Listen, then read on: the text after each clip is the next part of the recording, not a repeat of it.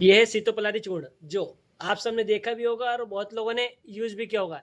ये बेसिकली सर्दी खांसी के लिए आने वाला बहुत ही बेस्ट आयुर्वेदिक पाउडर है।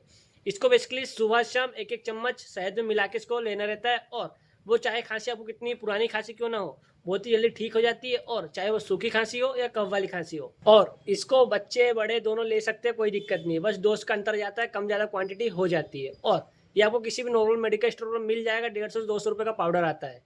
आपको दूसरी कंपनी का मिल सकता है, अभी मेरे पास डाबर कंपनी का है।